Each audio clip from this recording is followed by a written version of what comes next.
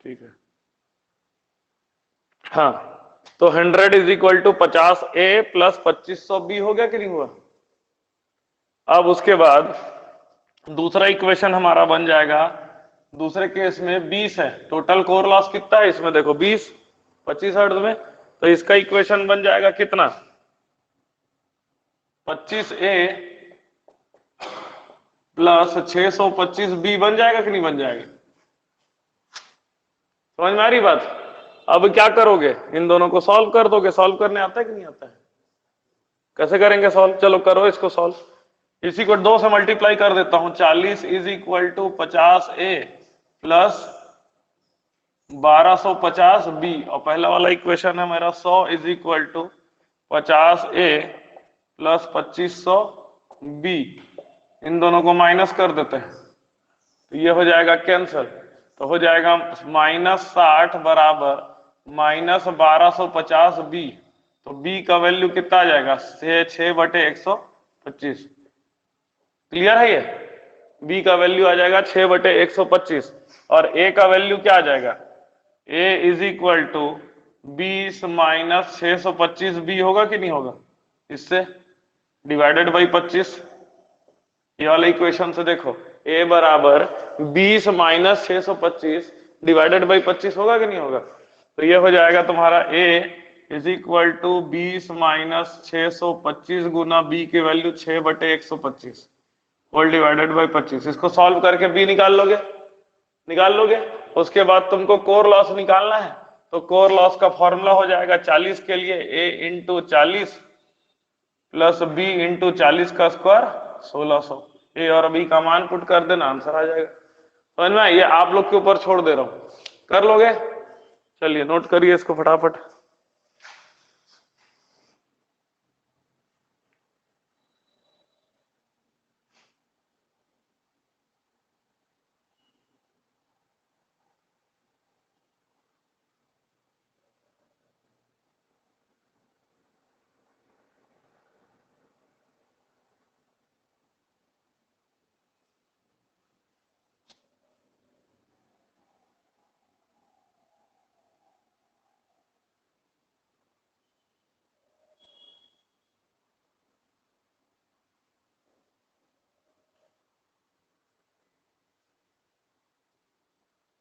समझ में आ रहा है? ऑनलाइन में सब लोग चैट करके बताइए।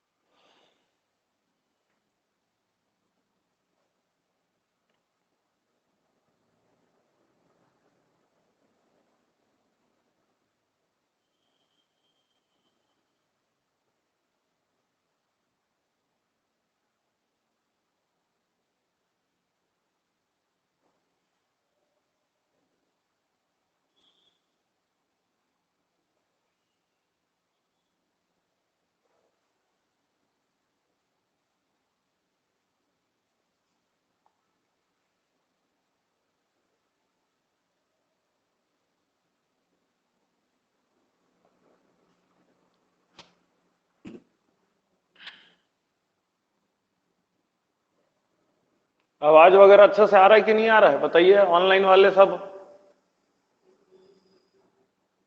क्या ए का वैल्यू नेगेटिव आ रहा है?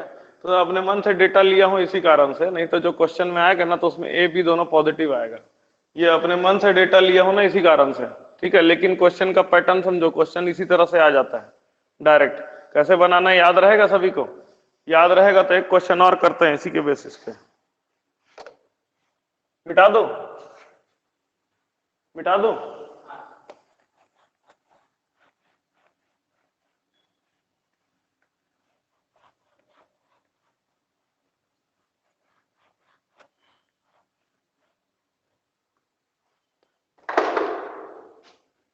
क्वेश्चन है core loss at 50 hertz it is equal to 100 what.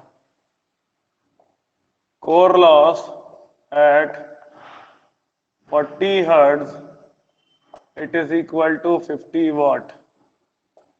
Find the core loss at 45 hertz. इसको नोट कर लीजिए, आप लोग मेरे को कल बना के बताइएगा इसको, ठीक है। दूसरा पैटर्न का क्वेश्चन देना है इसी कोर लॉस में, कोर लॉस वाला ही, तो इसको नोट कर लीजिए। अगला क्वेश्चन मैं बताऊंगा फिर उसको कैसे करना। पैटर्न समझ गए हो ना कैसे करना, सभी से बन जाएगा।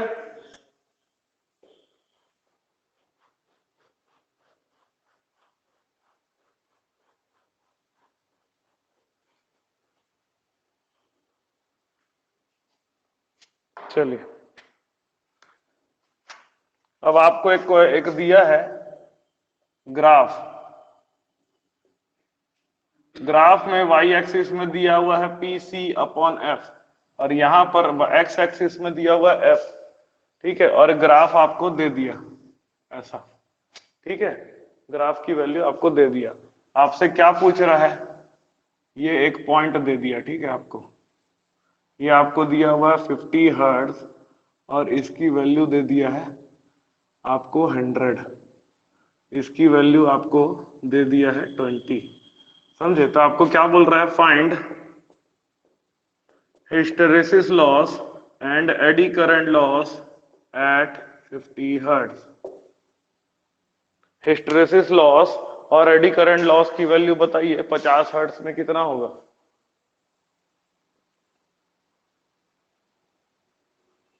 क्वेश्चन समझ में आया। क्वेश्चन आपको क्या दिया है, वाई एक्सिस में दिया है पीसी बटे एफ। वाई एक्सिस में क्या दिया है, पीसी बटे एफ की वैल्यू है, और एक्स एक्सिस में क्या है, एफ की वैल्यू है। आपको ग्राफ दे दिया। आपको क्या पूछ रहा है, आपसे पूछ रहा है कि हिस्टेरेसिस लॉस और एडी करंट लॉस 50 हर्ट्ज में कितना होगा। आया क्वेश्चन समझ में, भले अभी दिमाग नहीं चल रहा है, क्वेश्चन समझ में आया कि नहीं आया सभी को। अब देखो हिंट देता हूं, हम लोग का इक्वेशन बना था core loss is equal to A F plus B F square. यह था क्वेश्चन मेरा, इक्वेशन यही था, अभी थोड़ी देर पहले बताया हूं। इसको फ्रीक्वेंसी से डिवाइड कर देते हैं तो पीसी बटे एफ बराबर ए प्लस बी एफ आएगा कि नहीं आएगा, समझ में आ रही बात। पीसी बटे F is equal to A plus B F. ये किसका इक्वेशन है, ये लाइन का इक्वेशन है। ये किसका इक्वेशन है, लाइन का इक्वेशन। और लाइन का इक्वेशन में जो कांस्टेंट होता है, लाइन के इक्वेशन में जो कांस्टेंट होता है वो क्या होता है, जहां से स्टार्ट हुआ है। तो डायरेक्ट मेरे को क्या मिल गया, ए की वैल्यू मिल गई। तो ए की वैल्यू मुझे मिल गई डायरेक्ट, ए बराबर आ गया मेरा 20। कोई भी प्रॉब्लम किसी को भी, ए की वैल्यू मुझे मिल गया 20। अब पीसी बटे एफ की वैल्यू 50 पे कितना है, 100।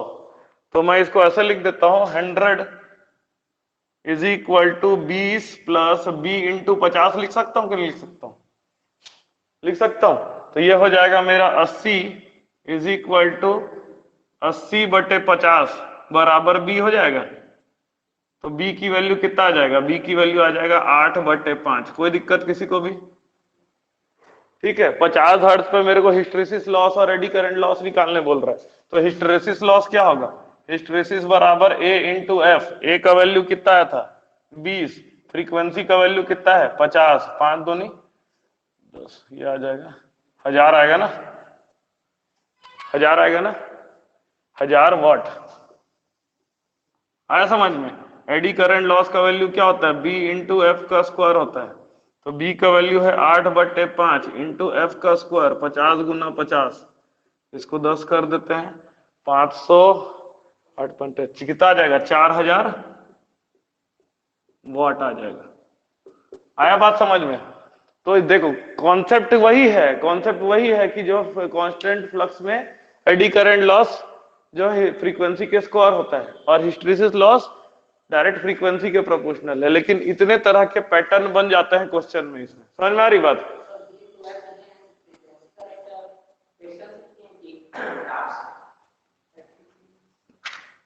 बी इंटू फ्रीक्वेंसी का स्क्वायर होगा ना ये, सॉरी ठीक तो क्यों, क्या बोल रहे हो?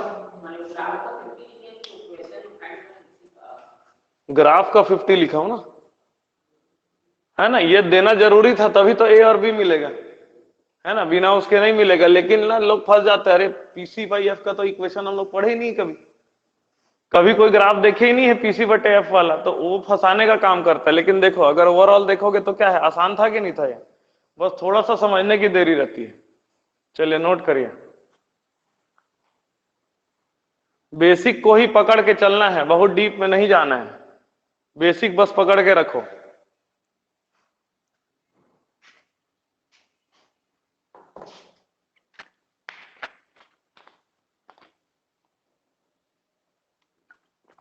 आज कोई नया ज्वाइन किया है क्या? आज कोई नहीं किया?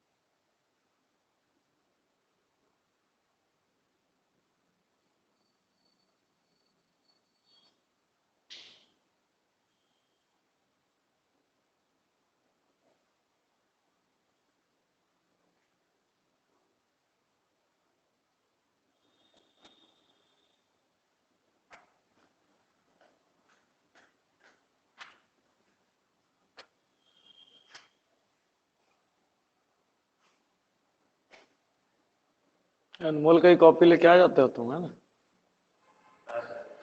कैसे? अपना एक कॉपी बना लो ना भाई। उसी का लाए हो क्या आज फिर कॉपी? हो दे, और मैं जब तक नहीं बोलूंगा तब तक तुम ऐसे ही करोगे।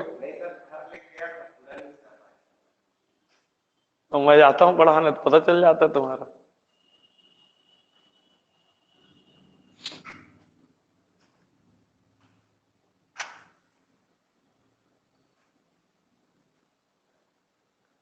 समझ में आया सभी को? तो फटाफट एक दो ठो चीज को रिवाइज कर लेते हैं, छोटा छोटा शॉर्ट क्वेश्चन 5-10 ठो करते हैं। जो कर चुके हो उसी में देखता हूँ किसको किसको बनता है, किसको नहीं बनता है। ठीक है, जिससे बनता है वो हाथ उठाएंगे, आंसर देने से पहले हाथ उठाएंगे।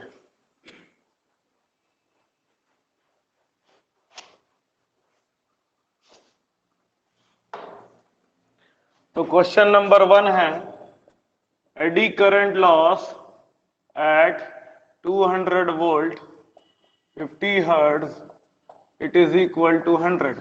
तो eddy current loss at 100 volt 25 hertz is equal to dash. किससे बनेगा? किससे बनेगा? क्वेश्चन समझ में आया? 200 वोल्ट 50 हर्ट्ज में एडी करंट लॉस 100 है, तो 100 वोल्ट 25 हर्ट्ज में एडी करंट लॉस कितना होगा? किससे बनेगा? हाथ उठाओ। तुमसे बनेगा। और विशाल? फॉर्मूला याद करना है इसमें। हाँ, इसलिए बोलता हूँ रिवाइज करके आने। आप लोग का क्या नाम है? योगेश। और आपका? चरण। ठीक है, आपका? सोमेश। और आपका? सुभाष। चलिए, बनेगा आपसे? आप लोगों से बनेगा? बनेगा आपसे? आप तो कर रहे, कल नहीं आए थे क्या क्लास में? आए थे, तो बनेगा कि नहीं बनेगा? इसलिए बोलता हूँ रिवाइज करके आया करो। आपका तुमसे बनेगा कि नहीं बनेगा? बताओ, बना के बताओ। सब लोग आंसर निकालो।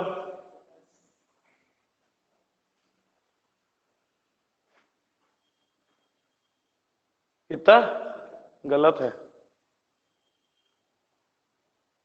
रिवीजन जब तक नहीं करोगे, खुद से नहीं पढ़ोगे तो भूल जाओगे, बता रहा हूं। ये देखने में आसान लगेगा, घर जाके सोचोगे अरे मेरे से बन जाएगा। रिवीजन, यही चीज गलती होती है एग्जाम में, समझे। रिवीजन बहुत जरूरी है। कॉन्फिडेंस कि हम तो बना लेंगे, लेकिन जब तक नहीं बनाओगे तब तक वो एग्जाम में भी गलत बनते रहेगा। 25 आएगा इसका आंसर। कैसे आएगा 25? एडी करंट लॉस, पहले V बाई एफ बताया था मैं, V बाई एफ चेक करेंगे सबसे पहले। ऐसा क्वेश्चन आएगा तो V बाई एफ चेक करेंगे। V बाई एफ कितना आएगा? 200/50 कितना आएगा? 4। दूसरे में V बाई एफ कितना आएगा? 100/25, इसमें भी कितना आएगा? 4। तो जब तुमको V बाई एफ कॉन्स्टेंट दिखेगा तो एडी करंट लॉस जो होता है ये प्रोपोर्शनल टू फ्रीक्वेंसी का स्क्वायर होता है। समझ में आ रही बात? तो फ्रीक्वेंसी कितना कम हुआ? 2 गुना कम हुआ, तो एडी करंट लॉस कितना कम होगा? 4 गुना कम होगा। तो कितना है? 100/4 करोगे तो कितना आंसर आएगा? इसका आंसर आ जाएगा 25। समझ में आ रहा है बात? अब दूसरा क्वेश्चन है, eddy current loss at 200 volt 50 hertz it is equal to 100 what.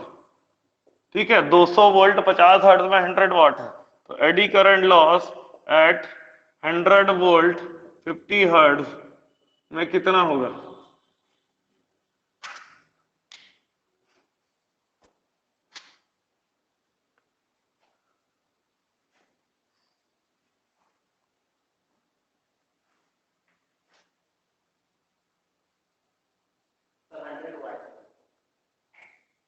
गलत। रिवीजन कोई नहीं कर रहे हो। रिवीजन नहीं करोगे फिर नहीं निकलेगा तो बोलोगे सर ठीक से नहीं पढ़ा है। रिवीजन करना जरूरी है, बता रहा हूं मैं, रिवीजन बहुत जरूरी है। पढ़ते हो ऋषभ? घर जाके पढ़ते हो? पढ़े हो इसको? एकदम क्या होता है? पूरा पढ़ो, अच्छे से पढ़ो, उतारने वाला काम नहीं करना है। थ्योरी इंपॉर्टेंट नहीं है, क्वेश्चन बनाने आना चाहिए। गलत है। बताओ विशाल। अरे इसमें टाइम ही नहीं हो तो देख करके बनने वाला सवाल है। तुमको टाइम नहीं मिलेगा उतना, गेट जैसा टाइम नहीं मिलेगा सीएसईबी में। हर क्वेश्चन को बनाने के लिए अधिकतम 30 सेकंड मान लो। कोई भी क्वेश्चन को बनाने के लिए अधिकतम 30 सेकंड, बहुत सारा क्वेश्चन आएगा। ऐसा मत सोचो कि 2 घंटे में सिर्फ सही क्वेश्चन बनाने के लिए आएगा, वो ज्यादा आएगा।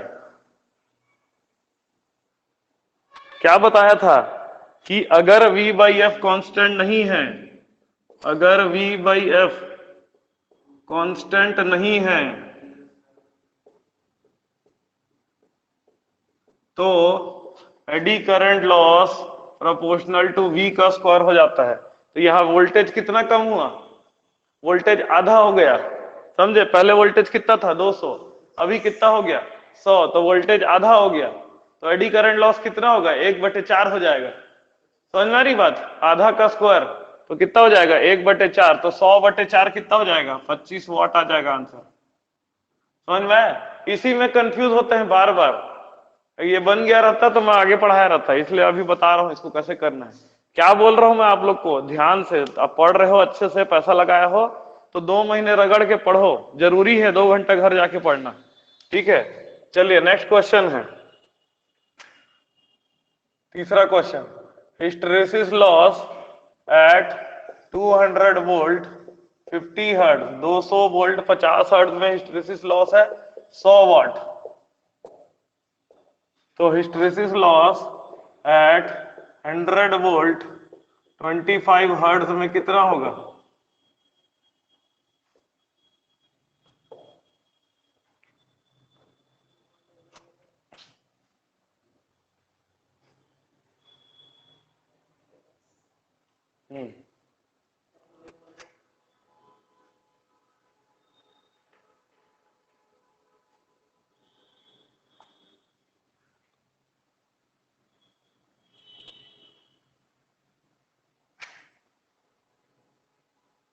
ऑनलाइन वाले आंसर नहीं दे रहे हैं सभी लोग, आप लोग भी सॉल्व करिए, आंसर दीजिए। क्लास में इन्वॉल्व हो गए तो समझ सब कुछ अच्छे से समझ में आएगा, इसलिए इन्वॉल्व होइए क्लास में, खाली रिकॉर्डिंग देखने वाला काम मत करिए। बन गया? बना आप लोगों से?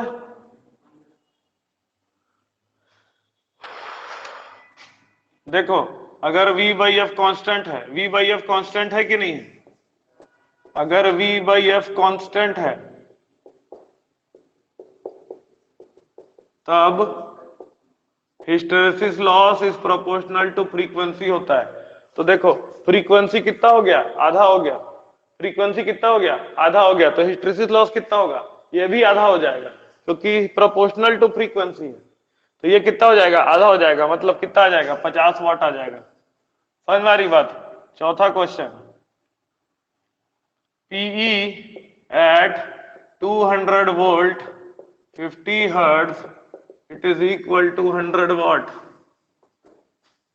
तो PE at 200 volt 25 hertz is equal to dash।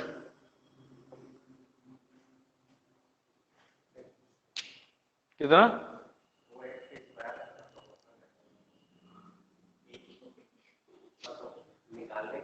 हाँ निकालो निकालो, कोई दिक्कत नहीं, निकालो।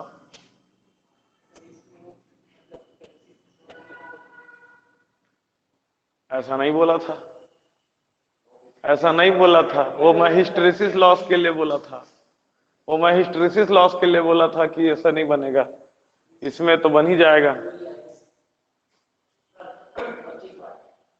गलत। बताइए, आप लोग बताइए। अभी पढ़ाया हूं, देखो थोड़ी देर पहले पढ़ाया हूं। अगर V बाई एफ कॉन्स्टेंट नहीं है तो एडी करंट लॉस वोल्टेज के स्क्वायर होता है। अब बताओ, वोल्टेज में कितना चेंज हुआ है? वोल्टेज में कितना चेंज हुआ है? नहीं हुआ है। तो वोल्टेज अगर बदला ही नहीं है तो एडी करंट लॉस बदलेगा क्या? नहीं बदलेगा। इसीलिए इसका भी आंसर कितना आ जाएगा? 100 वाट ही रहेगा। समझ में आ रही बात? समझ में आया कि नहीं आया? इस क्वेश्चन में और इस क्वेश्चन में क्या अंतर है? ये क्वेश्चन में और इस क्वेश्चन में क्या अंतर है?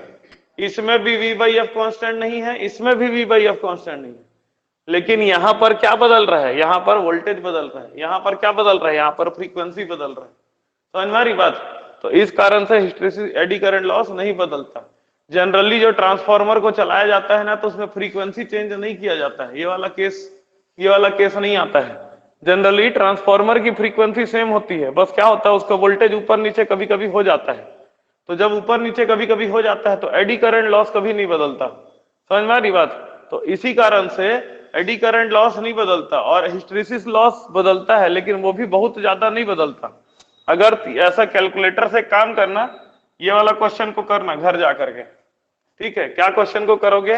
Hysteresis loss at 200 volt 50 hertz it is equal to, sorry, हाँ, 200 volt 50 hertz is equal to 100 watt. तो hysteresis loss at 100 volt 50 hertz is equal to dash. ठीक है, इसको तुम सॉल्व करोगे ना तो देखोगे कि ना हिस्टैरिसीस लॉस में भी ज्यादा अंतर नहीं आ रहा। मैं ये नहीं बोल रहा कि हिस्टैरिसीस लॉस नहीं बदलता, बदलता है, लेकिन बहुत ज्यादा अंतर नहीं आता है। तो इसी कारण से थोड़ा बहुत वोल्टेज अगर चेंज होता भी है ना, तो भी कोर लॉस क्या होता है? कांस्टेंट ही रहता है। समझ में आ रहा है? कोर लॉस कांस्टेंट होता है, लेकिन एग्जैक्टली कांस्टेंट नहीं होता, लेकिन उसको माना जा सकता है कि वो कांस्टेंट है। तो इसी कारण से कोर लॉस को क्या कहा जाता है? कोर लॉस को कांस्टेंट कहा जाता है, कांस्टेंट लॉस कहा जाता है। समझ में आ रही बात? अब मैंने कल बताया था, लोड आ जाता है ट्रांसफार्मर में, लोड आ जाता है। इसको सबको नोट कर लिए हो क्या? कर लो, नोट कर लो।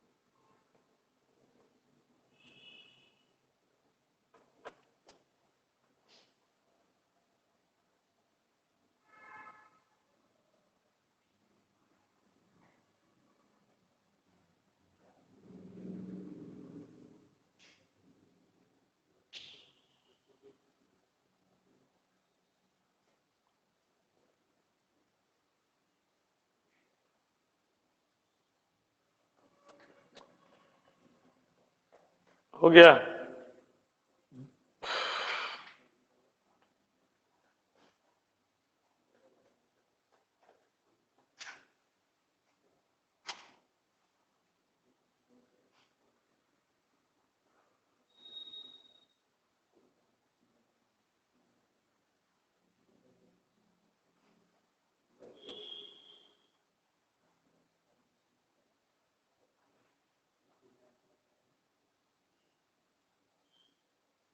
अच्छा, तुम लोग को अभी इसमें जोड़े नहीं है क्या? टीचमेंट में नहीं जोड़ा है, इसलिए रिकॉर्डिंग नहीं देख पाया ना कल का।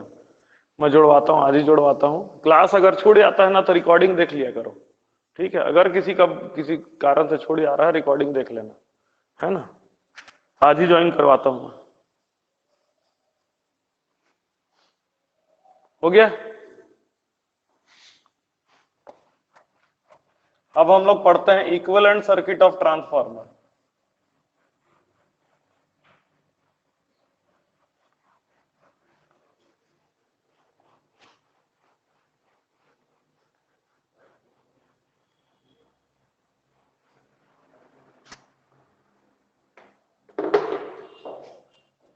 Equivalent circuit of transformer.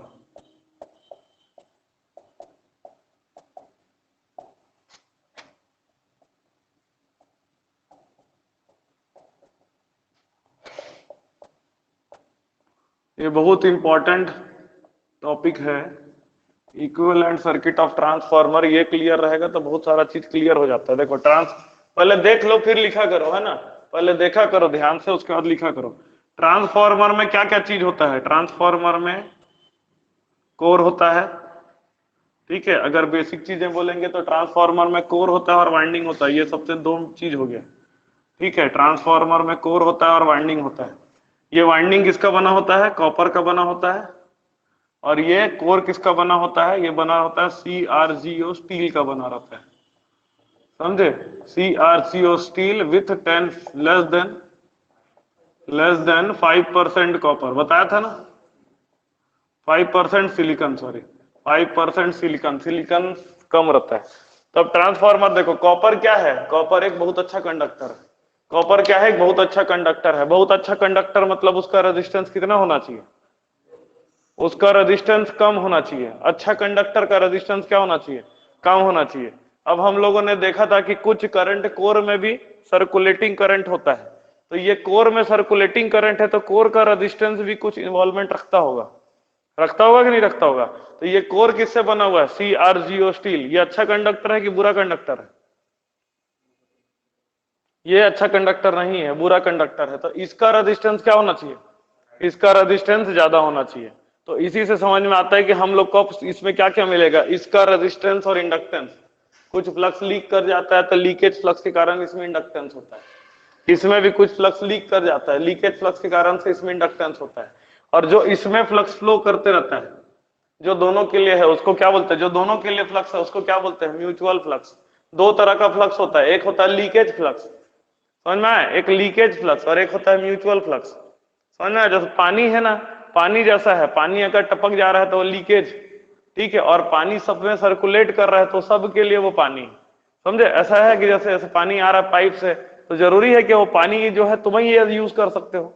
वो तो बीच में किसी और के यहाँ नल होगा तो भी यूज कर सकता है ना। तो उसी प्रकार का है ये। तो अगर इसका हम लोग एग्जैक्ट इक्विवेलेंट सर्किट बनाते हैं, देखो एक एक करके कई सारे सर्किट बनेंगे। एग्जैक्ट इक्विवेलेंट सर्किट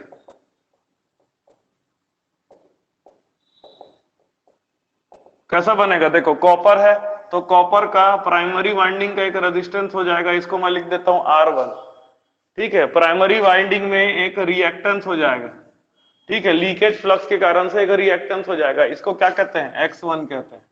फिर क्या आ गया? फिर आ गया कोर। तो कोर का एक रेजिस्टेंस होगा, इस कोर के रेजिस्टेंस को मैं RC कह देता हूं, कोर रेजिस्टेंस। सिंपल करते हैं, ठीक है? कोर में ही म्यूचुअल फ्लक्स है, कोर में ही क्या है?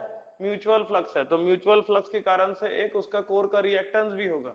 इस कोर के रिएक्टेंस की वैल्यू क्या होगी? इस कोर के रिएक्टेंस को मैं XC कह देता हूं, समझ में आ रहा है? तो इसको मान लिया ये हो गया हमारा प्राइमरी वाइंडिंग, ये हमारा हो गया प्राइमरी वाइंडिंग। फिर सेकेंडरी वाइंडिंग में गए, सेकेंडरी वाइंडिंग में कॉपर का तार लगा हुआ है, तो कॉपर का तार होगा तो कॉपर का तार में क्या लगे रहेगा, एक उसका कॉपर के तार का रेजिस्टेंस होगा R2, कॉपर के तार का रेजिस्टेंस होगा R2, और कॉपर के तार का लीकेज रिएक्टेंस के कारण से रिएक्टेंस होगा जिसको कहते हैं X2। समझ में आ रही बात? अब बात समझने की है, R1 ज्यादा है कि RC ज्यादा है? R1 कॉपर का है, RC स्टील का है, तो RC ज्यादा हुआ। ठीक है, तो यहां से RC core resistance is greater than winding resistance. Winding resistance दो ठो है, R1 और R2। तो जो कोर रेजिस्टेंस होगा ये दोनों वाइंडिंग रेजिस्टेंस से ज्यादा होगा। समझ में आ रही बात? उसके बाद XC ज्यादा होगा कि X1 ज्यादा होगा? क्यों? क्योंकि ये म्यूचुअल फ्लक्स है, और ये किसके कारण से है, लीकेज फ्लक्स के कारण से है। ज्यादा क्या होना चाहिए, लीकेज फ्लक्स ज्यादा होना चाहिए, म्यूचुअल फ्लक्स ज्यादा होना चाहिए? म्यूचुअल फ्लक्स ज्यादा होना चाहिए। लीकेज फ्लक्स तो कोई काम ही का नहीं है, समझो, उसके कारण से जो लॉसेस हो रहे हैं खाली कह सकते हो। तो इसी कारण से XC is greater than X1 और X2। अब बात आती है कि R1 और R2 में से कौन ज्यादा होगा, R1 और R2 में से कौन सा ज्यादा होगा? तो इसको ना मैं थोड़ा सा नाम बदल देता हूं, समझे? इसको मैं लिख देता हूं RL। RL का मतलब क्या हो गया, लो वोल्टेज वाइंडिंग का रेजिस्टेंस। RL का मतलब क्या हो गया, लो वोल्टेज वाइंडिंग का रेजिस्टेंस। XL मतलब क्या हो गया, लो वोल्टेज वाइंडिंग का रिएक्टेंस। उसी तरह से RH क्या हो जाएगा, हाई वोल्टेज वाइंडिंग का रेजिस्टेंस। XL क्या हो जाएगा, XH क्या हो जाएगा, हाई वोल्टेज वाइंडिंग का रिएक्टेंस। तो इसको भी नाम बदल देता हूं।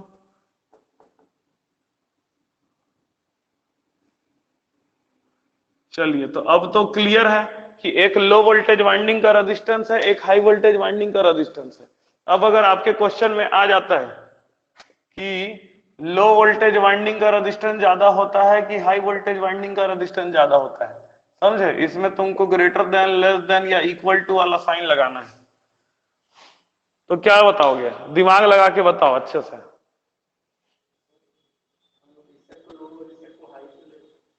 वो दो उल्टा भी कर सकते हो, उसका कोई फर्क नहीं पड़ता उससे। मतलब एक एग्जांपल ले रहा हूं, एक बार में एक ही सर्किट बना सकता हूं, दूसरा भी हो सकता है, ये भी प्राइमरी हो सकता है, ऐसा कुछ नहीं है, समझे? इसको एल भी, इसको एल और एच लिख सकते हो, उसका कोई ये नहीं है। यहाँ पर एल और RL और XL क्यों लिखा, प्राइमरी में ही क्यों लिखा? ऐसा जरूरी नहीं है, इसको RH और XH भी लिख सकता था, इसको RL XL भी लिख सकता था, उससे फर्क नहीं पड़ता। समझ में? लो वोल्टेज वाइंडिंग प्राइमरी बन सकता है, ये पहले ही बताया हूं। लो वोल्टेज वाइंडिंग भी प्राइमरी बन सकता है, हाई वोल्टेज वाइंडिंग भी प्राइमरी बन सकता है। अब सवाल यह है कि ये दोनों रेजिस्टेंस में से कौन सा रेजिस्टेंस ज्यादा होगा कि बराबर होगा? ये भी बताओ, सोच के बताओ। किसका? हाई वोल्टेज वाइंडिंग का रेजिस्टेंस ज्यादा होगा, पक्का? लोड तो इससे भी कनेक्ट कर सकते, बताया तो, ये भी तो प्राइमरी, ये भी तो सेकेंडरी बन सकता है। लोड कनेक्ट करने वाला सीन नहीं है। देखो अब मैं तुमको बताता हूं, ये बताओ, इसका कॉन्सेप्ट हिंट देता हूं कैसे बनेगा ये। देखो, एक होता है हाई वोल्टेज साइड, एक होता है लो वोल्टेज साइड, समझे? एक होता है हाई वोल्टेज साइड, एक होता है लो वोल्टेज साइड, उसका voltage VH VL। High voltage side का करंट IH IL। मेरे को बताओ IH ज्यादा होगा कि IL ज्यादा होगा? IL ज्यादा होगा, होगा कि नहीं होगा? तो जिसमें ज्यादा करंट है उसका उसका तार मोटा लोगे, कि जिसमें कम करंट है उसका तार मोटा लोगे? समझे? तो thickness of low voltage winding is greater than thickness of high voltage winding, लिख सकते हैं, समझे? लो वोल्टेज वाइंडिंग का तार मोटा होगा और हाई वोल्टेज वाइंडिंग का तार पतला होगा। और रेजिस्टेंस का एक फॉर्मूला पढ़े होगे, रेजिस्टेंस बराबर rho L by A. Resistance का फॉर्मूला पढ़े होगे, रो एल बाई ए। मतलब जो तार मोटा होगा उसका ए भी ज्यादा होगा, उसका ए भी ज्यादा होगा तो उसका रेजिस्टेंस कम होगा। मतलब ये समझ लो कि RL, ये जो है ना लो वोल्टेज वाइंडिंग का तार मोटा है और ये पतला है। अब बताओ किसका रेजिस्टेंस ज्यादा होगा? मोटे वाले तार का रेजिस्टेंस ज्यादा होता है कि पतले वाले तार का रेजिस्टेंस ज्यादा होता है? पतले वाले तार का रेजिस्टेंस ज्यादा होता है, इसलिए resistance of high voltage winding is more. High voltage winding का रेजिस्टेंस हमेशा ज्यादा होता है, और वो मोटा होने के कारण से, मोटा होने के कारण से उसका रिएक्टेंस भी ज्यादा होता है। हमेशा याद रखना, मोटा तार होने के कारण से रिएक्टेंस भी बढ़ जाता है, और मोटा तो तार होने के कारण से रेजिस्टेंस भी बढ़ जाता है। ये सब चीज आप लोग जानते थे लेकिन रिलेट नहीं कर पाते हो, बस रिलेट करना सीखना है। समझ में आ रही बात? चलो नोट करो, ये इसको बोलते हैं exact equivalent circuit of the transformer. अब ये यहां पर बताओ, सब मान लेते हैं ये है, ये क्या है, प्राइमरी साइड है। प्राइमरी साइड में हम लोग क्या लगाते हैं, सप्लाई देते हैं। प्राइमरी साइड में क्या देते हैं, सप्लाई देते हैं। एज्यूम कर रहे हैं, ये मत समझना कि हमेशा लो वोल्टेज वाइंडिंग ही प्राइमरी होता है, हाई वोल्टेज भी हो सकता है। स्टेप डाउन में हाई वोल्टेज प्राइमरी होता है। तो यहां पर मैं सप्लाई दिया, सप्लाई देने के बाद क्या होता है, यहां पर एक ईएमएफ बनता है, समझे? प्राइमरी वाइंडिंग में एक ईएमएफ बनता है, E1। समझ में आ रही बात? सेकेंडरी वाइंडिंग में क्या लगाते हैं, सेकेंडरी वाइंडिंग में हम लोग लोड लगाते हैं। सेकेंडरी वाइंडिंग में क्या लगाते हैं, लोड लगाते हैं, ठीक है, लोड लगाते हैं। सेकेंडरी वाइंडिंग में ईएमएफ बनता है, इसको क्या बोलते हैं हम लोग, E2 कहते हैं। समझ में आ रहा है? प्राइमरी वाइंडिंग में जो टोटल करंट होगा उसको I1 कहते हैं। फुल लोड जो कंडीशन है, फुल लोड कंडीशन का मैं कल कराया था, कल ही कराया था ना, फुल लोड कंडीशन में परसों कराया था, ट्रांसफार्मर कैसे वर्क करता था। I1 में से एक no load component of current जाता है ये कोर में, समझ लो। No load component of current किसके काम आता है, कोर के काम आता है, वाइंडिंग में नहीं, वाइंडिंग के काम नहीं आता। No load component of current किसके काम आता है, कोर के काम आता है। तो इसका एक भाग जो IW करके हम लोग पढ़े थे वो कहां जाएगा, RC में। यही क्या करता है, लॉस प्रोड्यूस करता है। यही क्या करता है, लॉस प्रोड्यूस करता है। ये जो है IM वाला part, magnetising component of current, magnetising component of current, ये क्या करता है, ये जाता है XC में। ये क्या करता है, पूरे फ्लक्स में, फ्लक्स को, सॉरी, पूरा कोर को मैग्नेटाइज करता है। क्या करता है, मैग्नेटाइज करता है। सेकेंडरी में एक करंट फ्लो करता है जिस करंट को हम लोग कहते हैं I2। सेकेंडरी में करंट फ्लो करता है जिस करंट को कहते हैं I2, और सेकेंडरी का ही के बराबर, कल बताया था, कल या परसों, सेकेंडरी के ही इक्विवेलेंट एक करंट प्राइमरी में भी फ्लो करने लगता है जिस कारण से टोटल करंट बढ़ता है। ये करंट क्या होता था, I2 डैश। तो ये चित्र को याद रखोगे ना तो बहुत सारा चीज हो जाएगा, ठीक है। लेकिन ना इतना बड़ा वाला काम भी नहीं आएगा, मैं बताऊंगा और आगे इसमें क्या क्वेश्चन आता है, लेकिन ये चित्र को अच्छे से याद रखना, ठीक है। क्या हो गया, क्या वाला, ये वाला? देखो यहां पर क्या है, मैं ये सवाल पूछा था कि किसका रेजिस्टेंस ज्यादा होता है, समझे? तो देखो हम लोग क्या, मैं बताया कि दो वाइंडिंग होता है, एक हाई वोल्टेज वाइंडिंग होता है, एक लो वोल्टेज वाइंडिंग होता है। हाई वोल्टेज वाइंडिंग का वोल्टेज ज्यादा होगा, होगा कि नहीं होगा? हाई वोल्टेज वाइंडिंग का वोल्टेज ज्यादा होता है। जिसका वोल्टेज ज्यादा होगा उसका करंट कम होता है, याद रखना, ट्रांसफार्मर में। तो इसका हाई वोल्टेज वाइंडिंग का करंट कम होगा, लो वोल्टेज वाइंडिंग का करंट ज्यादा होगा। अब जिसमें ज्यादा करंट फ्लो करेगा उसमें तार मेरे को मोटा लगाना पड़ेगा, क्यों, पतला तार जल जाएगा। तो इसलिए ये thickness of low voltage winding, thickness मतलब तार का मोटाई, ये ज्यादा है हाई वोल्टेज वाइंडिंग से। और क्योंकि इसका मोटाई ज्यादा है तो इसका एरिया ऑफ क्रॉस सेक्शन भी ज्यादा होगा, और जिसका एरिया ऑफ क्रॉस सेक्शन ज्यादा होगा उसका रेजिस्टेंस कम होगा। ए बढ़ेगा तो रेजिस्टेंस कम हो जाएगा। समझ में? इस तरह से रिलेट करो, इसीलिए बोल रहा हूं रिवाइज करने के लिए बार बार।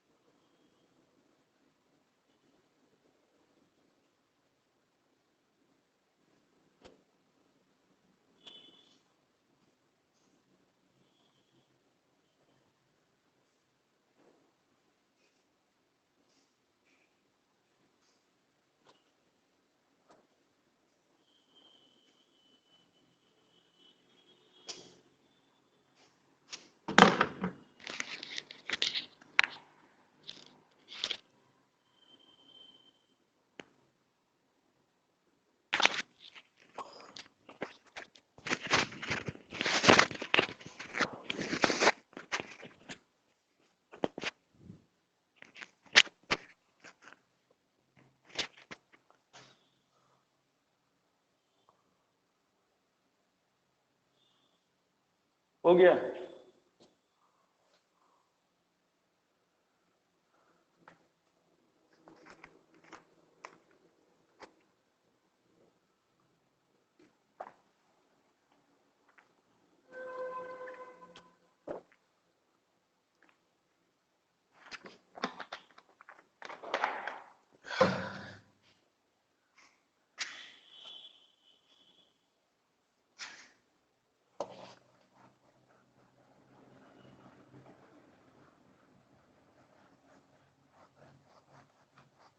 तो ये जो है सर्किट, ये हमारा हो गया एग्जैक्ट इक्विवेलेंट सर्किट। ठीक है, अब ये जो है अलग अलग वाइंडिंग के लिए है, एक प्राइमरी वाइंडिंग के लिए और सेकेंडरी वाइंडिंग के लिए। अब क्या करते हैं हम लोग, इसको एक सर्किट बनाते हैं, एक वाइंडिंग के सर्किट बनाते हैं। तो equivalent circuit on primary side करके एक सर्किट बनता है, या equivalent circuit on low voltage side करके एक सर्किट बनेगा, और एक सर्किट बनेगा equivalent circuit on high voltage side. इसका मतलब क्या होता है, मतलब ये दो अलग अलग सर्किट को हम लोग एक बना देते हैं, समझे। उसको बनाने का तरीका होता है, ट्रांसफार्मर में देखो क्या होता है, सेकेंडरी में अगर कुछ घटना हो रही है, घटना क्या हो रही है कि सेकेंडरी में तुम लोड बढ़ा दिए, तो उसका असर प्राइमरी में भी पड़ेगा। सेकेंडरी में तुम्हारा किसी कारण से ये E2 बढ़ गया, तो उसका असर प्राइमरी में भी बढ़ेगा होगा। सेकेंडरी में पावर फैक्टर बढ़ गया, समझे, तो यहां पर भी पावर फैक्टर बढ़ जाएगा। सेकेंडरी में अगर पावर फैक्टर घट गया तो यहां पर भी पावर फैक्टर घट जाएगा। जो भी सेकेंडरी में होता है उसका असर प्राइमरी में भी पड़ता है, ये समझ लेना। तो इसी कारण से क्या करते हैं, अब इसका exact equivalent circuit referred to primary या लो वोल्टेज साइड हम लोग बनाते हैं। तो इक्विवेलेंट सर्किट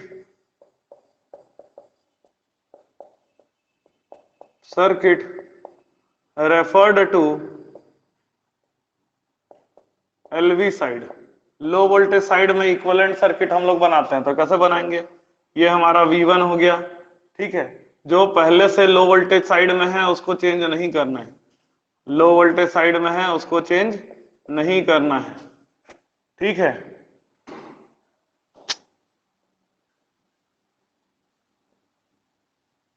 ये हो गया RC XC। अब जो लो वोल्टेज साइड में नहीं था, जैसे RH, ये आने के बाद क्या हो जाएगा, RH डैश हो जाएगा, ठीक है। XL XH, ये इधर आने के बाद क्या बन जाएगा, XH डैश हो जाएगा। और लोड जो है, लोड का एक इंपीडेंस होगा, लोड का एक इंपीडेंस होगा, ये आने के बाद क्या बन जाएगा, लोड ZL डैश हो जाएगा, ठीक है। जो करंट यहां पर था I1, वो I1 ही रहेगा। यहाँ जो करंट जाता है वो I0 रहेगा। ये करंट IW, ये करंट IM, ये करंट I2 डैश। यहाँ लोड का वोल्टेज कितना था, V2 था, तो ये V2 डैश हो जाएगा। V2 इधर आने के बाद क्या हो जाएगा, V2 डैश हो जाएगा, समझ में आया? तो ये जो है दो अलग अलग सर्किट था, अब ये क्या सर्किट बन गया, ये एक सर्किट बन गया। क्लियर है बात, इसमें देखो कोई भी वाइंडिंग टाइप की चीजें नहीं आ रही है। अब अगर इसी को, सारी चीजों को इधर शिफ्ट कर दिया जाए, समझ रहे हो बात को, सारा चीज को इधर शिफ्ट कर दिया जाए तो हाई वोल्टेज वाइंडिंग के भी इक्विवेलेंट सर्किट बनता है। मैं इसको क्यों बनाते हैं ये भी बताऊंगा थोड़ी देर में, इसको क्यों बनाते हैं। अब हाई वोल्टेज साइड में अगर सर्किट बनता है तो V1 यहां पर था, तो ये चले जाएगा V1 डैश बन जाएगा। V1 इधर आएगा तो V1 डैश हो जाएगा। RL इधर था तो क्या बन जाएगा, RL डैश। XL इधर था तो क्या बन जाएगा, XL डैश। RC इधर था तो क्या बन जाएगा, RC डैश। XC भी इधर था, उधर जाएगा तो क्या बन जाएगा, XC डैश बन जाएगा, ठीक है। बाकी RH यहीं पर था, हाई वोल्टेज साइड में ही, उसको नहीं करना है। XH यहीं था, ZL यहीं था, ZL यहीं था। कोई दिक्कत है इसमें? इसमें का करंट जो हो जाएगा ये I1 डैश हो जाएगा, ये I0 डैश हो जाएगा, ये IW डैश हो जाएगा, और ये IM डैश हो जाएगा। तो इसको क्या बोला जाता है, इसको बोलते हैं इक्विवेलेंट सर्किट, समझना है। तो ये जो है ये ट्रांसफार्मर का ओवरऑल सर्किट हो गया, एग्जैक्ट सर्किट। तो इसको क्या बोलते हैं, इक्विवेलेंट सर्किट बोलते हैं। Equivalent circuit referred to LV side, LV side में सब कुछ को रिफर कर देंगे तो ये बनेगा। और ये वाला बन जाएगा equivalent circuit, equivalent circuit referred to HV side, HV side में रिफर करेंगे तो ये इक्विवेलेंट सर्किट बनेगा। अब क्यों करते हैं, अगर प्राइमरी में हम लोग सप्लाई देते हैं, हम लोग प्राइमरी में सप्लाई देते हैं, तो मैं प्राइमरी में कितना करंट फ्लो करेगा, सब चीजों को कैलकुलेशन करने के लिए, देखो कैलकुलेशन ऐसा नहीं, हाथ से कैलकुलेशन नहीं करते, आजकल सब चीजों का प्रोग्राम बना दिया जाता है, सब चीजों का प्रोग्राम बना दिया जाता है। प्रोग्राम बनाने के लिए क्या करते हैं, सर्किट का इक्विवेलेंट बनाते हैं कि मेरे को नेटवर्क जैसा सॉल्व करना है तो मेरे को एक ऐसा सर्किट चाहिए। ट्रांसफार्मर वाला सर्किट तो नहीं पढ़े होगे ना नेटवर्क में, अब इसको थेवेनिन नॉर्टन वगैरह लगा करके निकाल सकते हो करंट वगैरह, उसी तरह से यहाँ पर भी थेवेनिन नॉर्टन। अब सवाल एग्जाम में क्या पूछता है, ये जो ट्रांसफर किए तो उसमें R1 डैश X1 डैश ये सब चीज का वैल्यू क्या होता है। अब यहाँ पर देखो RH डैश है, इसका वैल्यू क्या होगा, समझे, RXH डैश का वैल्यू क्या होगा, I2 डैश का वैल्यू क्या होगा, V2 डैश का वैल्यू क्या होगा, समझे, ये चार चीज निकालने बोल देगा। ठीक, जो जो डैश बना है उसकी वैल्यू क्या होगा, यहां पर क्या बोल देगा, यहां बहुत सारी चीजें हैं, RL डैश का वैल्यू क्या होगा, XL डैश का वैल्यू क्या होगा, RC डैश का वैल्यू क्या होगा, XC डैश का वैल्यू क्या होगा, I0 डैश का वैल्यू क्या होगा, IW डैश का वैल्यू क्या होगा, IM डैश का वैल्यू क्या होगा, और V1 डैश का वैल्यू क्या होगा। इतना सारा चीज को कैसे निकाला जाता है, समझे। ये देखो इतना सारा चीज दिख रहा है लेकिन कॉन्सेप्ट एकदम सिंपल है, आराम से बनेगा। क्वेश्चन क्या बोलेगा, क्वेश्चन बोलेगा कि एक ट्रांसफार्मर है, उसका लोड है 10 ओम, एक ट्रांसफार्मर है, ये ट्रांसफार्मर तुमको दे देगा 10/100 वोल्ट का, समझे। मान लो ट्रांसफार्मर 10/100 वोल्ट का है, उसका लोड लगा हुआ है HV साइड में, क्या देगा, लोड लगा हुआ है HV साइड में, उसका वैल्यू कितना है 10 ओम। वो लोड प्राइमरी साइड में कितना दिखेगा, समझे, what is the equivalent value of that load on primary side या LV साइड, समझे। तो इसका एक बहुत सिंपल सा कॉन्सेप्ट है, रेजिस्टेंस कैसे निकाला, तीन चीज याद रखना, एक होगा रेजिस्टेंस, एक होगा करंट और तीसरा होगा वोल्टेज। कैसे निकाला जाता है, देखो पहले मैं वोल्टेज की बात करता हूं, V2 मेरे को निकालना है, V2 डैश बराबर V2, समझे। V2 कहां का था, HV साइड से, HV साइड से कहां लेके गए, LV साइड में लेके गए, तो जिस साइड लेके गए हैं उसको, उसके टर्न को ऊपर लिख दो, जिस साइड लेके गए हैं उसके टर्न को ऊपर लिख दो, लो वोल्टेज टर्न को ऊपर लिख दो, और हाई वोल्टेज टर्न को जहां से लेकर के आए हैं उसके टर्न को नीचे लिख दो, बस काम खत्म। इतना ही करना है, ठीक है। वोल्टेज में ऐसा करना है, करंट में कैसा करना है, देखो I2 बस इसको पलट देना है, उसमें हाई वोल्टेज टर्न को ऊपर लिखोगे और लो वोल्टेज टर्न को नीचे लिखोगे, समझ में आ रहा है। अभी मैं क्वेश्चन कराऊंगा ना बहुत सारा तो और अच्छे से क्लियर हो जाएगा। बस कॉन्सेप्ट क्या रखो, वोल्टेज में जिधर ले जा रहे हैं उसके टर्न को ऊपर लिखेंगे और जहां से ले जा रहे हैं उसके टर्न को नीचे लिखेंगे। मैं ए वगैरह ऐसा करके नहीं बता रहा, तुम लोग को खाली ऐसे ही बता रहा हूं। इसको इधर शिफ्ट कर रहे हो तो जिधर शिफ्ट कर रहे हो उधर के नंबर ऑफ टर्न्स को न्यूमरेटर में लिख देना और जहां से शिफ्ट कर रहे हो उसके टर्न को नीचे लिख देना। वोल्टेज में इतना ही काम करना है, करंट में उल्टा कर देना उसी का, जहां से ले जा रहे हो उसको ऊपर में, जहां इधर ले जा रहे हो, क्योंकि वोल्टेज और करंट इनवर्सली प्रोपोर्शनल होता है ट्रांसफार्मर में। अब रेजिस्टेंस इंडक्टेंस वगैरह में क्या करना है, इसमें जो वोल्टेज में किए हो ना उसी का स्क्वायर कर देना, इसका स्क्वायर कर देना, XH इंटू NLV/NHV, इसका स्क्वायर कर देना। समझ में, एकदम आसान ट्रिक है, एकदम इससे ज्यादा आसान ट्रिक तुमको बुक में किसी में नहीं मिलने वाला। ये मेरा ट्रिक है खुद का, मैं अपने जब क्वेश्चन बनाता था तो मैं ऐसे ही बनाता था, कोई कंफ्यूजन नहीं होता था, आराम से बनते थे इसमें, ठीक है। अब देखो बुक वगैरह में देखोगे वो के वगैरह टर्न्स रेशियो करके बताता है, उसमें कंफ्यूजिंग हो जाता है क्योंकि उसमें भी दो रेशियो होते हैं, एक होता है ट्रांसफॉर्मर रेशियो, जानते हो ट्रांसफॉर्मेशन रेशियो होता है, पढ़े हो, ट्रांसफॉर्मर रेशियो ट्रांसफॉर्मेशन रेशियो होता है V2/V1 होता है, और टर्न रेशियो क्या होता है V1/V2 नहीं, लो वोल्टेज बटे हाई वोल्टेज होता है वो, समझे। वो इतना कंफ्यूजिंग है ना कि ना लोग पागल हो जाते हैं उसको समझने में, इसीलिए ना इस तरीके से NLV NHV करके पढ़ना, एक होगा लो वोल्टेज का टर्न, एक होता है हाई वोल्टेज का टर्न, खत्म बात, इतना ही, समझ में आ रही बात। अब यहां पर कैसे करना है, देखो अब इसको बनाना है, RL डैश निकालना है, RL डैश निकालना है तो कैसे करेंगे, देखो ये आ रहा है कि नहीं आ रहा है, यही लिख देता हूं।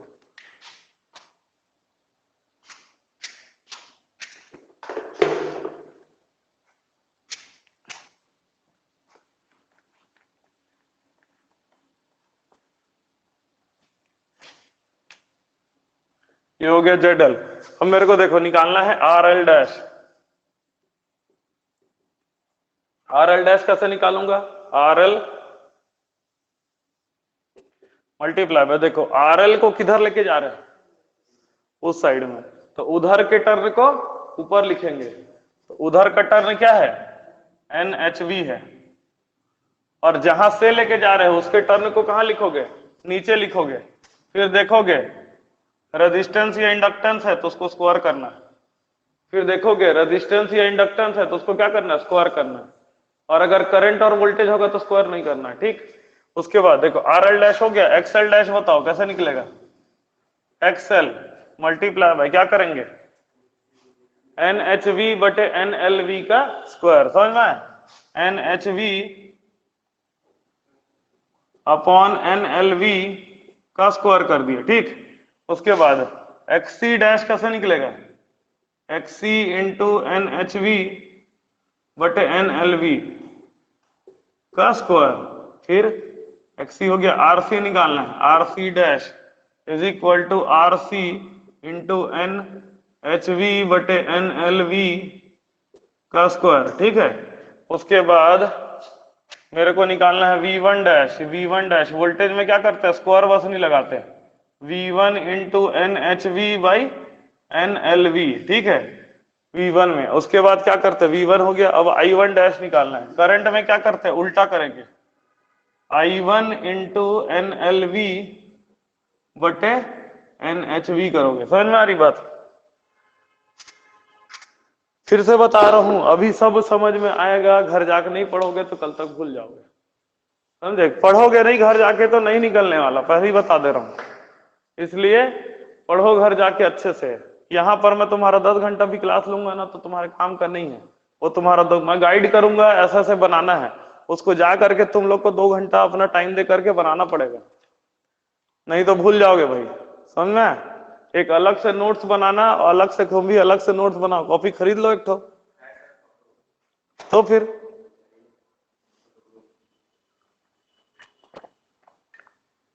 नोट करिए।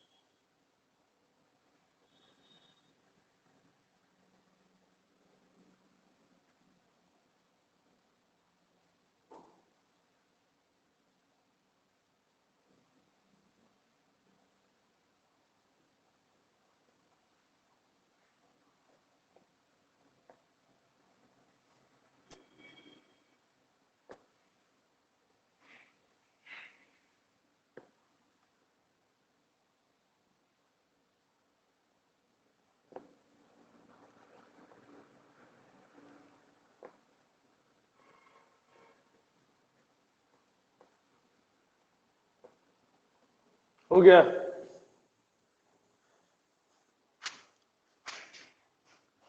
अब देखो इसके अलग अलग तरह के सवाल बन सकते हैं, इतना ही कॉन्सेप्ट है, बेसिक इतना ही है, इसके बहुत सारे सवाल बन सकते हैं। ठीक है, देखो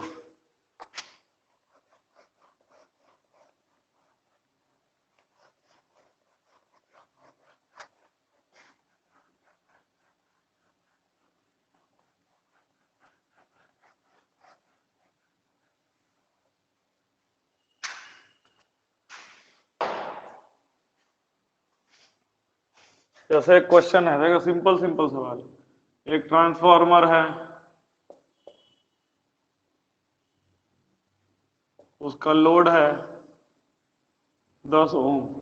ये कितना बाई कितना का ट्रांसफार्मर है? 10/100 वोल्ट का ट्रांसफार्मर, समझे? 10/100 वोल्ट का ट्रांसफार्मर है। तो ये पूछेगा सवाल में कि इस लोड की वैल्यू, वैल्यू ऑफ इम्पीडेंस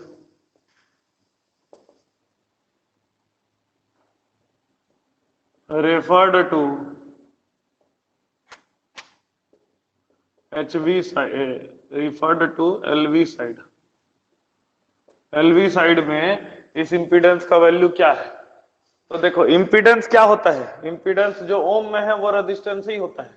तो रेजिस्टेंस को कैसे करना है, करंट को कैसे करना है और वोल्टेज को कैसे करना है, बस इतना याद रखना। रेजिस्टेंस को कैसे करना है, जिधर ले जा रहे हैं उसके टर्न को ऊपर लिखेंगे और जिधर से ले जा रहे हैं उसके टर्न्स को नीचे लिखेंगे और स्क्वायर कर देना है। ठीक है, तो यहां पर मेरे को निकालना है ZL'। कैसे निकालेंगे? 10 गुना जिधर ले जा रहे हैं उसका टर्न है 10 और जहां से ले जा रहे हैं उसका टर्न कितना है? 100। इसका स्क्वायर कर देना, तो ये कितना हो जाएगा? 10/0, 10 इंटू 0.1 का स्क्वायर, तो 10 गुना 0.01 आएगा। कितना आएगा इसका आंसर? 0.1। यही आएगा। क्वेश्चन ये है कि एक ट्रांसफार्मर, इसका इम्पीडेंस, इसका इम्पीडेंस जो लोड लगा है वो 10 ओम का लोड लगा है। ट्रांसफार्मर में कितना लोड लगा है? 10 ओम का लोड लगा है। तो ये अगर प्राइमरी में शिफ्ट करेंगे या प्राइमरी में देखेंगे कि उस लोड की वैल्यू क्या है, प्राइमरी से देखते समय उसका लोड की वैल्यू कितना है, ये पूछ देगा सवाल। क्वेश्चन देखो ऐसा लिखेगा, value of impedance refer to LV side. समझे? लो वोल्टेज साइड से देखने पर उस लोड इम्पीडेंस का वैल्यू कितना दिखेगा? समझ में? लो वोल्टेज साइड से देखने पर उस लोड इंपेडेंस का वैल्यू कितना दिखेगा? तो कैसे निकालना है? ऐसे निकालना है, ZL' निकालना है। ZL' कैसे निकालोगे? जिस तरफ ले जा रहे हो उसके टर्न को ऊपर लिखोगे, जहां से ले जा रहे हो उसके टर्न को नीचे लिखोगे, उसका स्क्वायर कर देना है। समझ में आ रही बात? अब जैसे ऐसा क्वेश्चन होगा कि एक ट्रांसफार्मर है, ये है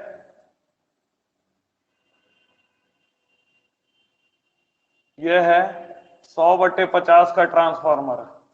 समझे? ये 100/50 का ट्रांसफार्मर है। यहाँ पर एक लोड इंपीडेंस लगा दिया हम लोग। कितना का लोड इंपीडेंस लगा दिया? लोड इंपीडेंस लगाया हम 2 ओम का। कितना का लगाया हम? 2 ओम का। Equivalent load as seen from HV side, high voltage side से अगर देखेंगे तो लोड का वैल्यू क्या होगा? समझ में आ रही सवाल? सवाल हाई वोल्टेज साइड से देखने पर लोड की वैल्यू क्या होगी ये पूछ रहा है। तो कैसे निकालेंगे? फिर से ZL' निकालना है, फिर से ZL' ही निकालना है। अब इसको किधर शिफ्ट करना है? 100 वोल्टेज के साइड में। कहां से शिफ्ट करना है? 50 वाले टर्न के साइड में। तो क्या करेंगे? 2 को मल्टीप्लाई किससे करेंगे? 100/50 के स्क्वायर से करेंगे। समझ में आ रहा है? 100/50 के स्क्वायर से करेंगे। तो 100/50 का स्क्वायर करोगे तो 2 आएगा, 2 का स्क्वायर होगा 4 और 4 दूनी हो जाएगा 8।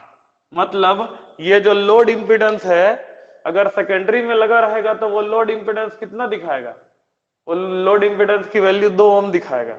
लेकिन अगर प्राइमरी में उसको चेक करेंगे तो लोड इंपिडेंस का वैल्यू कितना दिखाएगा? वो 8 ओम दिखाएगा। समझ में आ रही बात? सभी को समझ में आ रहा है बात कि नहीं आ रहा है? अब अगला क्वेश्चन इसी में,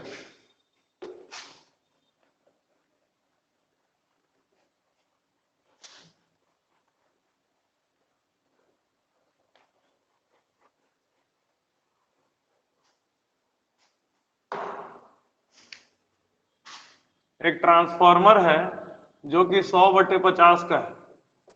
समझे, इसलिए इसमें टर्न रेशियो बहुत इंपॉर्टेंट होता है, ये 100/50 बहुत इंपॉर्टेंट होता है। ठीक है, ट्रांसफॉर्मर 100/50 का है। ठीक है, यहां पर जब 20 वोल्ट देते हैं, यहां पर जब 20 वोल्ट देते हैं तो यहां पर फुल लोड करंट बहता है, यहां पर फुल लोड करंट बहता है। समझ में, फुल लोड करंट मतलब जितना अधिकतम लोड दे सकते हैं उतना देने के बाद जो करंट होता है उसको बोलते हैं फुल लोड करंट। तो जब यहां हम लोग 20 वोल्ट देते हैं तो यहां पर फुल लोड करंट बहता है। तो इसी ट्रांसफॉर्मर में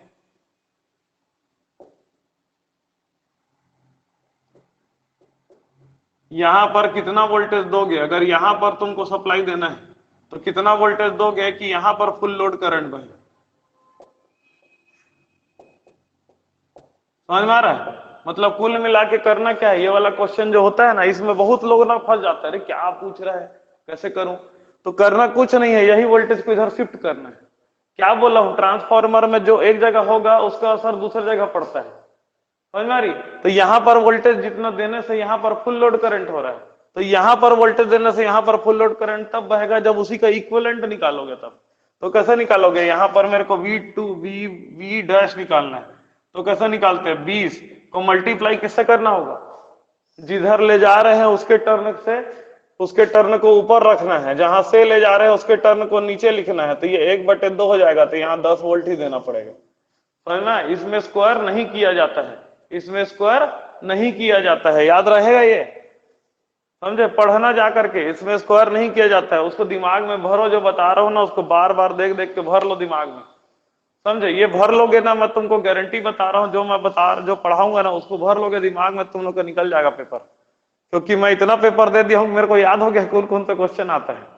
समझे, अब उसके बाद देखो क्या है, अगला क्वेश्चन आता है करंट का आ सकता है। करंट का क्वेश्चन कैसे आएगा, यहां पर कुछ सप्लाई दिए V, कुछ सप्लाई दिए V, यहां पर करंट फ्लो कर रहा है 4 एम्पियर, यहां पर करंट फ्लो कर रहा है 4 एम्पियर। समझे, यहां पर लोड लगा हुआ है, यहां पर लोड लगा हुआ है, तो ये लोड में कितना करंट फ्लो करेगा, ये ट्रांसफार्मर दिया हुआ है 100/50 का। समझ में आया क्वेश्चन क्या बोल रहा है, कि ट्रांसफार्मर में सप्लाई दिए V तुमको नहीं दिया रहेगा। समझे, बस तुमको क्या दिया है, ट्रांसफार्मर में प्राइमरी में करंट फ्लो कर रहा है 4 एम्पियर। समझे, उसके बाद ये सेकेंडरी में, उसी कंडीशन पे सेकेंडरी में कितना करंट फ्लो होता रहेगा, जब यहां पर 4 एम्पियर फ्लो हो रहा है तो सेकेंडरी में कितना करंट फ्लो होता रहेगा, यहां पर लिखा रहेगा नेग्लेक्ट कोर लॉस कंपोनेंट। समझे, जो I0 मैं बताया था ना, I0 देखो पीछे वाले सर्किट में एक I0 होता है, उसको नेग्लेक्ट करने बोला जाता है, अधिकतम सवाल में उसको नेग्लेक्ट करने कहा जाता है। ठीक, क्वेश्चन समझे क्या बोल रहा हूं, क्वेश्चन बोल रहा है कि ट्रांसफार्मर में कुछ वोल्टेज दिए V, उस समय ट्रांसफार्मर के प्राइमरी में करंट फ्लो कर रहा था 4 एम्पियर, तो उसी समय ट्रांसफार्मर के सेकेंडरी में कितना करंट फ्लो करेगा ये अपने से पूछा जा रहा है। आई बात समझ में, ट्रांसफार्मर के सेकेंडरी में कितना करंट है उसको पूछा जा रहा है। कुछ आप लोग को डाउट है तो चैट बॉक्स में लिखिए, है ना, चैट बॉक्स में बताइए। चलिए, तो कैसे निकालना है इसमें, इसमें निकालने का तरीका होता है, हम लोग को ये I1 है, तो ये I1 को उधर लेके जाएंगे तो I1 डैश निकालना है। क्या निकालना है, I1 डैश निकालना है। तो I1 डैश कैसे निकलेगा, 4, करंट में क्या किया जाता है, करंट में उल्टा काम किया जाता है, जहां से ले जा रहे हैं उसको ऊपर लिखेंगे और जहां ले जा रहे हैं उसको नीचे लिखेंगे। समझ में आ रहा है, अब ये क्या हो जाएगा, 4 × 2 कितना आ जाएगा, 8 एम्पियर आ जाएगा। मतलब जब यहां पर 4 एम्पियर था तो वहां पर 8 एम्पियर हो जाएगा। क्लियर है, तो इक्विवेलेंट सर्किट से ही ना बहुत सारा क्वेश्चन ऐसे बन जाएगा, मैं कराऊंगा क्वेश्चन, लेकिन पहले आप लोग इसको याद करके आइए सब कुछ को। ठीक है, आज का क्लास में यही खत्म कर रहा हूं, इतना याद करके आइए, कल हम लोग सिर्फ इक्विवेलेंट सर्किट का क्वेश्चन करेंगे, 15-20 क्वेश्चन करेंगे, इसमें कितने तरह तरह के सवाल बन सकते हैं, उसमें पर यूनिट का भी क्वेश्चन बनता है, तो थोड़ा सा मैं कल पर यूनिट भी बताऊंगा, वो पावर सिस्टम का पार्ट है, लेकिन मेरे को इसमें बताना पड़ेगा क्योंकि वो मशीन को लेकर के वो क्वेश्चन आता है। समझ में आ रहा है, तो पर यूनिट को भी हम लोग कल करेंगे। क्लियर है, तो कल का क्लास नहीं छोड़ना भाई, बहुत इंपॉर्टेंट क्लास रहेगा कल का। ठीक है। आप लोगों को कोई डाउट है ऑनलाइन वाले, चैट बॉक्स में लिख दिया करिए, आपको जो डाउट होता है मैं डाउट को क्लियर कर दूंगा। ठीक है, आप लोग कुछ बोलेंगे उसका आवाज मेरे को नहीं आएगा, लेकिन चैट बॉक्स में लिखोगे तो उसका आवाज आ जाएगा। तो आप लोग चैट बॉक्स में लिख दिया करिए जो भी आपको डाउट आ रहा है, या कोई चीज समझ में नहीं आ रहा तो रिपीट करना है, या आवाज नहीं आ रहा है, या विजुअलिटी क्लियर नहीं है, तो आप बता दिया करिए, है ना। चलिए ठीक है, आज की क्लास हम लोग खत्म कर रहे हैं यहीं पर। नेक्स्ट क्लास में हम लोग जो है इक्विवेलेंट सर्किट के क्वेश्चंस को करेंगे और कुछ पर यूनिट सिस्टम को बताऊंगा। चलिए, थैंक यू।